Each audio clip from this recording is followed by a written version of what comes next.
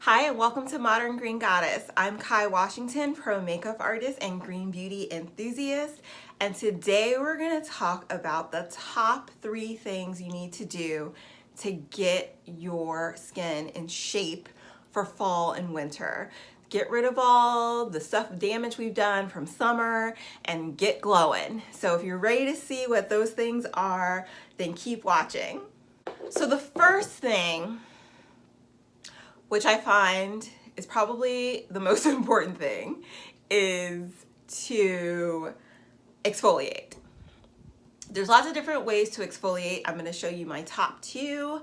But basically, if you've been laying around like me on beaches, in between jobs, I've been trying to go to the beach as much as possible this past summer. Your skin's probably a little damaged. You probably need to get all that grit and grime out of your skin and start fresh. As it starts to get colder, your skin gets less luminous and dry, etc. So here are my 2 favorite ways to exfoliate. Also, if you're looking for more anti-aging properties, these are going to be really good. This one is amazing. This is a dry brush for your face. So this is by Provence Apothecary, right? Yeah, this is by Provence Apothecary, and it's a dry brush for your face. Now you definitely want to use a face one because the bristles are way more gentle than like a body dry brush, which I also do.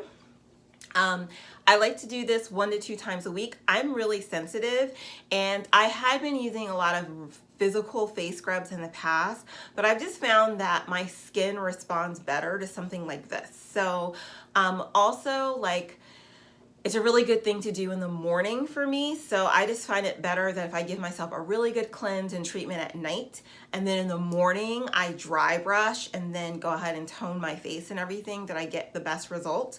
So if you want to look up how to dry brush your face, there's a certain technique to do it, but basically I just go through all the lymph node areas first to get them draining, because not only does it take the dead layers of skin off your face and neck, but also the actual movement will cause lymphatic drainage, which helps with puffiness and things like that.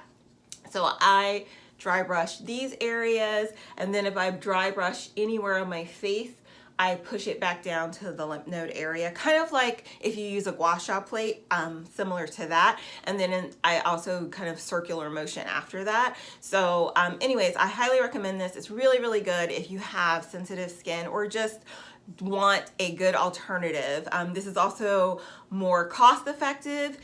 I mean, you pay for it up front, but if you think about it, if you're exfoliating, if you have this brush for several years, you're not buying an exfoliator every 3 months. So love this.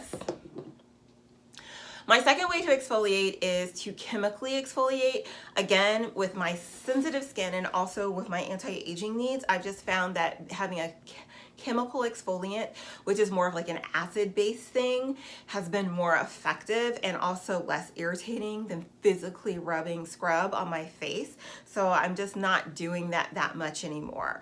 So this one is probably like my skin's lifesaver recently. It's by Beautycounter and it's called the Overnight Resurfacing Peel. I'm totally obsessed with this. I use it 1 to 2 nights a week. It says that you can use it, I think, every night. That's too much for me personally because I'm sensitive, but 1 to 2 nights a week, basically all I do is wash my face. I slather my whole face and neck in this, and I've also been doing the back of my hands and sometimes my feet, and it does work. And then I just wait for it to dry, which takes about a minute, and then I just go to sleep. And then when I wake up, it's like pulled all the crap out of my skin, gently resurfaced my skin. And then like I like to dry brush that day, and it just gets all the dead skin off, and my skin looks amazing that after that. So highly recommend both of these for exfoliation. The next thing you want to do is drench. So you've exfoliated your skin, you've got your fresh new layers of skin out. Now you want to keep them hydrated.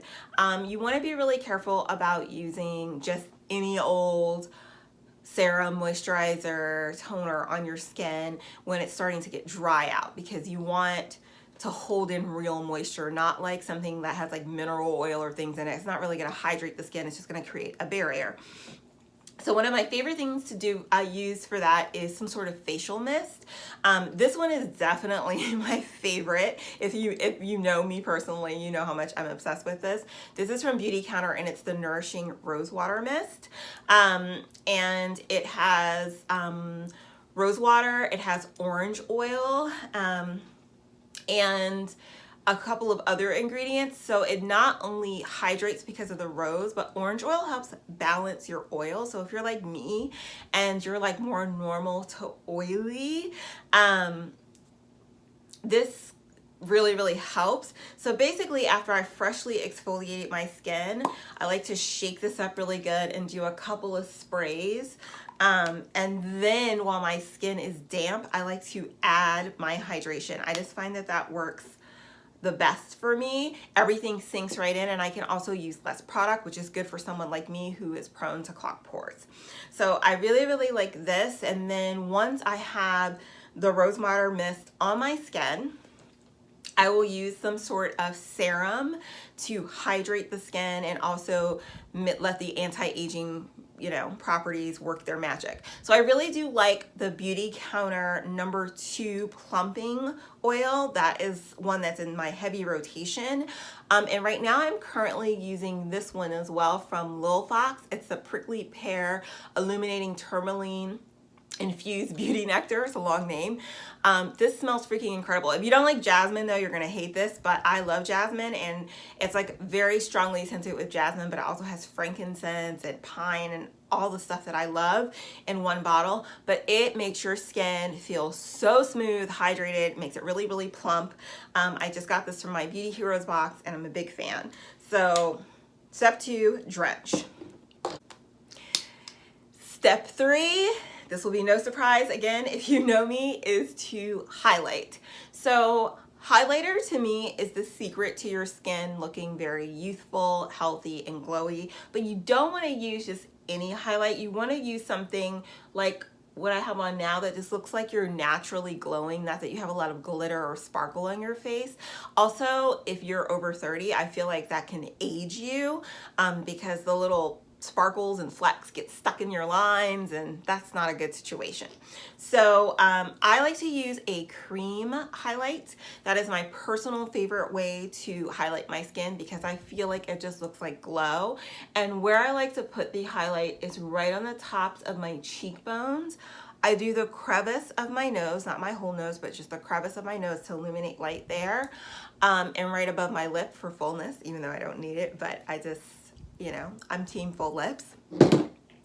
And the one that I really like, or that I'm really into right now, is from Beautycounter as well, and it's called Pearl Glow. That's what I have on right now. So you can see that it literally just melts into your skin and it just looks like glow. It doesn't have like a white, like it's not white chalky, it's not sparkly, it just looks like pure glow. And it's so easy to use too because it's in a stick form. You can just kind of swipe it where you want, and you can either pat it down with your finger, or you can use a Clairsonic, which is like my favorite way to use it, and just kind of buff it in circular motions and it just melts it into your skin. People tell me all the time that my skin looks really good and that it's glowing, and I owe that 100% to using a more natural highlight. So that's it, you guys. Those are my 3 tips.